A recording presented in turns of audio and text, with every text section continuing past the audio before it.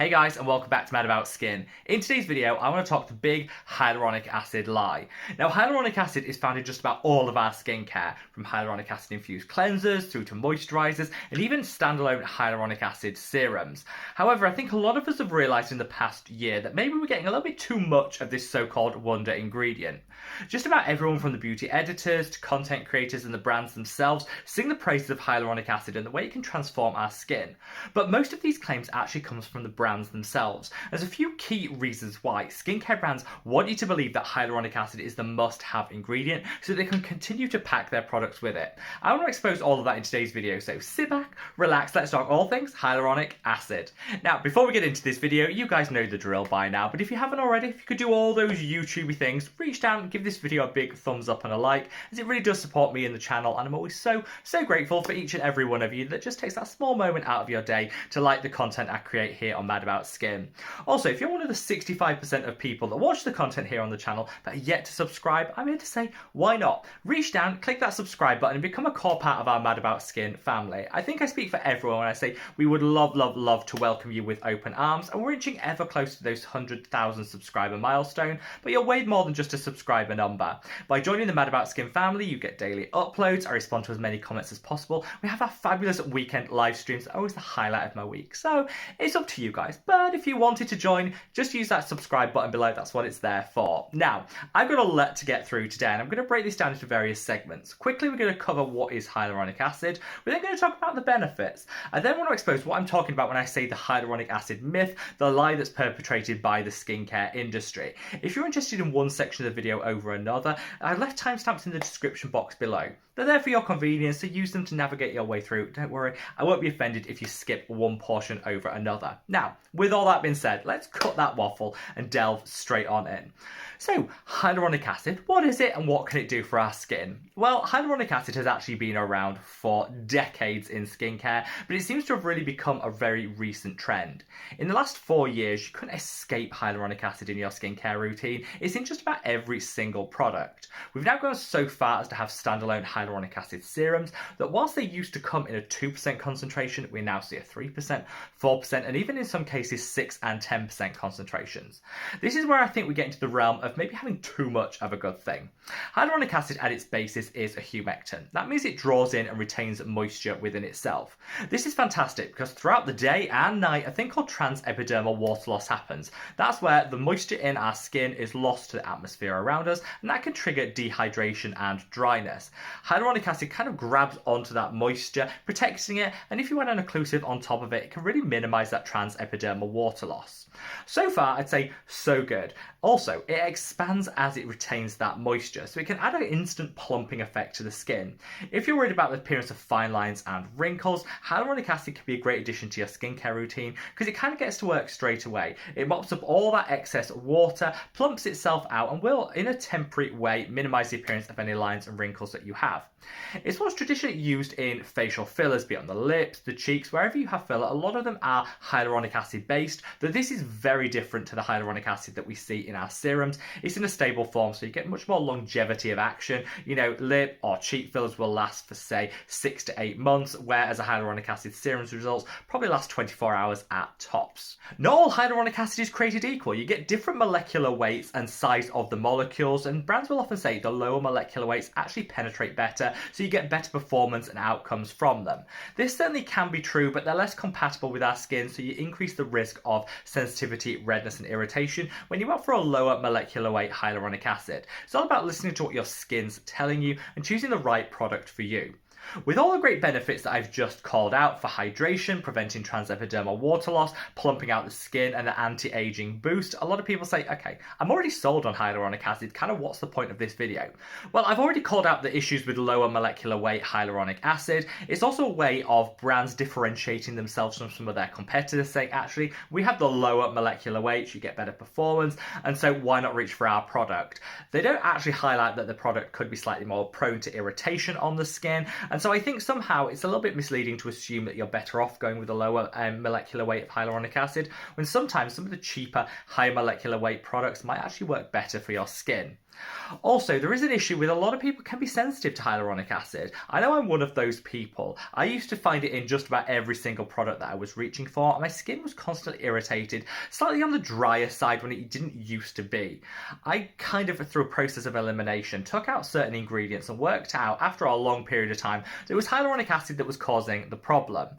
Hyaluronic acid isn't benign. You can be sensitive to it the way you can any single ingredient in a skincare routine, so you always need to be mindful of that, because I think sometimes brands and people promoting hyaluronic acid kind of pretend it's a cure-all for everything and just about anyone can use it on their skin. This isn't going to be the case, nor should it be for any ingredient in your routine. Finally, hyaluronic acid can actually lead to excess dryness in the skin. I know this might seem counterintuitive because we've just talked about how it draws in and retains moisture in itself, but where it takes that moisture from is crucial.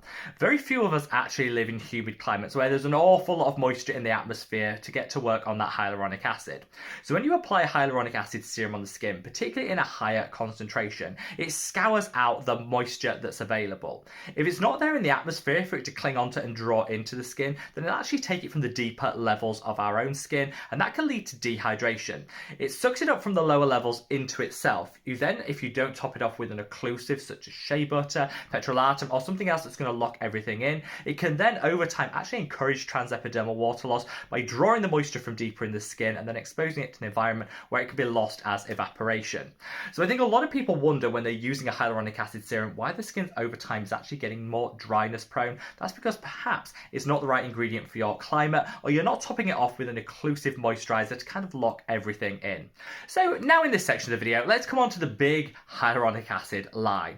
I think I've been very fair up to this point in the video to say, there are pros and there are cons to using hyaluronic acid, like there are in any ingredient in your skincare routine. But I think when it comes to hyaluronic acid, there seems to be this disconnect with brands singing the praises of this ingredient, but no one actually calling out the potential risks or increases in sensitivity that some people might see. Kind of why is this the case? Well, brands actually have a vested interest in us as the consumers loving hyaluronic acid, and there's a couple of reasons why which I want to share in this section of the video. First and foremost, it is dirt cheap to formulate with, and it bulks out products.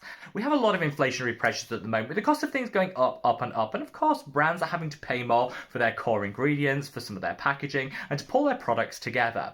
Brands make the most profit when they're able to take a relatively cheap product to formulate with and sell it for a higher price point. Hyaluronic acid has huge appeal in this particular way because it's so affordable to formulate with, it bulks out products, and because of the marketing that's been done around it, it's become a must-have viral ingredient. So people are willing to pay more to get their hands on hyaluronic acid, particularly in higher concentrations, without actually realizing that it's super inexpensive to formulate with. Take for example a product like this. This is the Vichy Mineral 89 Serum. Actually one of the better hyaluronic acid serums on the market, and I cover the reasons why that's the case in a shorts video, which I'm going to link up there. But this product contains a 2% concentration of hyaluronic acid, dirt cheap to formulate with, primarily alongside spring water. Again, totally inexpensive. Okay, it does come in nice packaging, but then this is sold for upwards of £20 and £25 here in the UK. So a brand like Vichy is able to capitalise on the popularity of hyaluronic acid as an ingredient to formulate a really cheap product, but then command a really high price point.